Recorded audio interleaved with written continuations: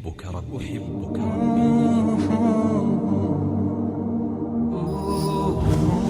I love you, Allah.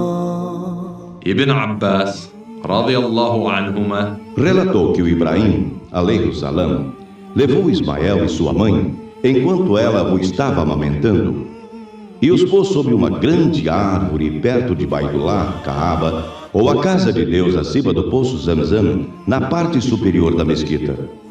Naquele tempo, ninguém vivia em Maca, porque não havia água ali. O profeta Ibrahim, alaihi salam, os levou para lá e deixou com eles um saco de tâmaras e água num odre. Depois, voltando-se, foi embora. Sua esposa, Agar, a mãe do seu filho Ismael, seguiu-o e disse: Ó Abrão, alaihi salam, para onde vais, deixando-nos neste ermo deserto, onde não há companhia, nem qualquer provisão para sobrevivermos? Ela repetiu aquilo por várias vezes, mas o Ibrahim, alaihi salam, nem olhou para trás. Então Agar lhe perguntou: será que Deus te ordenou fazeres isto? Ele respondeu: sim. Ela disse: se assim é, ele não nos deixará na pior. E ela voltou para o lugar em que estava, e o profeta Ibrahim, alaihi salam, continuava sua caminhada até que chegou a um lugar chamado Saniya, donde ele não era visível para eles.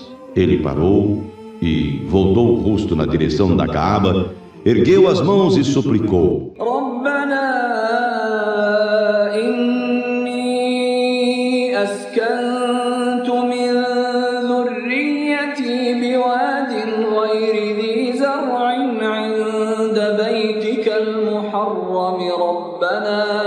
ربنا ليقيموا الصلاة فاجعل أفئدة من الناس تهوي إليهم وارزقهم من الثمرات لعلهم يشكرون.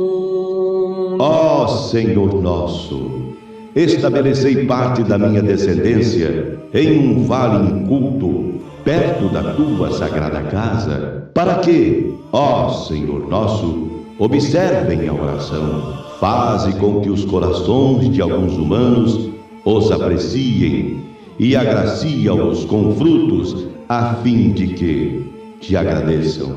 Alcorão Sagrado, Surata 14:37. A mãe de Ismael dava de mamar a criança em seu peito e sobrevivia de água que estava no odre, até que este ficou vazio. Logo, ela ficou com sede, e o seu bebê Ismael também. Devido à sede intensa, a criança ficou muito irrequieta, e a mãe havia virar-se, infeliz por ver o menino daquele jeito. Ela se pôs a caminhar numa certa direção, à procura de água. Por certo estava o Monte Safá. Ela subiu ao monte e olhou por todo o vale para ver se havia alguém para ajudá-la, mas não viu ninguém. Então ela desceu do Monte Safá e, quando chegou ao vale, ergueu a saia e começou a correr como uma desesperada. Cruzando o vale, ela subiu no topo do Monte Marwá e ficou ali olhando para ver se divisava alguém, mas não viu ninguém. Isso ela fez por 7 vezes. O Ibn Abbas, radiyallahu anhu, relatou que o profeta sallallahu alaihi wasallam disse: e eis porque as pessoas em peregrinação correm entre os 2 montes de Safá e Marwá 7 vezes. Por fim, quando chegou pela 7ª vez o Monte Marwá, ela ouviu uma voz e de súbito disse para consigo mesma: ouve. E ficou mais atenta e disse: ó Deus, até que enfim ouvi a tua voz. Estava a imaginar se a minha súplica iria chegar a ti. Logo, ela viu um anjo que estava perto do poço Zamzam. O anjo golpeou o chão com o seu calcanhar ou com suas asas, o que fez a água brotar. Agar começou a escavar, fazendo um buraco como uma cisterna para reter a água, depois se pôs a encher o odre com as mãos. Enquanto ela enchia de água a vasilha, o líquido começou a jorrar com mais força. O Ibn Abbas radiallahu anhu relatou que o profeta sallallahu alaihi wasallam disse: que Deus tenha misericórdia da mãe do Ismael. Se ela tivesse deixado a nascente de Zamzam como estava, ou não tivesse enchido com água o odre, o poço poderia ter se transformado numa fonte corrente. Agar bebeu daquela água e deu para a criança. O anjo lhe disse: não tenhas medo de perecer, pois este lugar foi marcado para a construção da casa de Deus.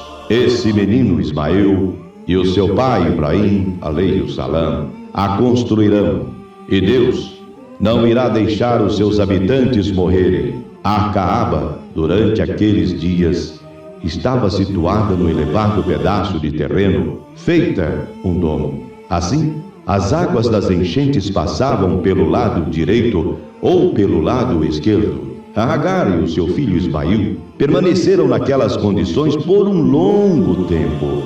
Por acaso, uma caravana da tribo dos Banu Jurhum, vinda de Kadar, havia acampado perto dali, e vendo seus componentes um bando de pássaros voando em círculo, dando voltas, disseram: com certeza, aqueles pássaros estão circulando sobre água. Mas nós já temos vindo a este vale há muito e não temos visto água alguma. Então, eles selecionaram 2 ou 3 homens para irem investigar. Eles foram e viram a água.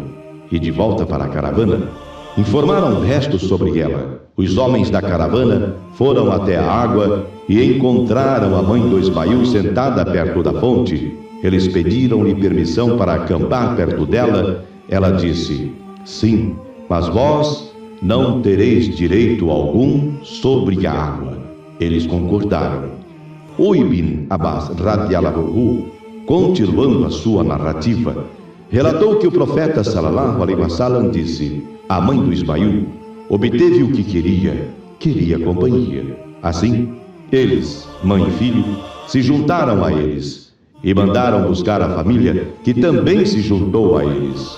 Logo, o novo assentamento teve um número considerável de famílias. No devido decorrer do tempo, o Ismael cresceu e aprendeu a língua árabe com eles. Ele cresceu e se tornou um belo jovem, sendo o favorito de todas as pessoas. Quando ele chegou à idade nubente, eles da tribo dos Banu Jurhum lhe deram uma das suas filhas em casamento. Por aquele tempo, a mãe do Ismael morreu, e o Ibrahim, alayhi salam, chegou após o casamento do Ismael, alayhi salam, procurando por algo que havia deixado para trás. Porém, como Ismael não se encontrava ali, ele perguntou à esposa dele sobre o marido dela. Ela disse: ele foi buscar alguma comida para nós. Outra tradição diz que ele tinha ido à procura de caça. Então Ibrahim, alayhi salam, perguntou a ela sobre a condição da vida deles. Ela lhe respondeu: estamos na pior das condições. Vivemos uma vida de carência e privações. E ela se queixou para ele acerca de outras coisas. Ele disse para ela: quando o teu marido voltar para casa, transmite os meus cumprimentos a ele. Diz-lhe que troque a soleira da sua porta. Quando Ismael voltou, sentiu algo incomum e perguntou à esposa: alguém veio ver-te? Ela respondeu: sim, foi fulano, um velho que veio e perguntou onde tinhas ido. Eu lhe disse que tinhas ido em busca de comida. Então ele perguntou como estávamos passando, e eu lhe contei sobre as nossas porfias e agruras. Ismael perguntou: deu ele algum conselho? Ela respondeu: sim. Pediu-me para que te desse os cumprimentos e disse para trocares a soleira da tua porta. O Ismael disse: era meu pai, e orientou-me no sentido de que me separasse de ti. Portanto, volta para os teus pais. Depois, ele divorciou-se dela e casou-se com outra mulher, dentro daquela tribo. O Ibrahim alayhi-salam não os visitou por muito tempo como quis Deus, mas depois os visitou e novamente não o Ismael encontrou em casa. Ele falou com a esposa e perguntou acerca dele. Ela respondeu: ele saiu para ver se encontrava alguma provisão para nós.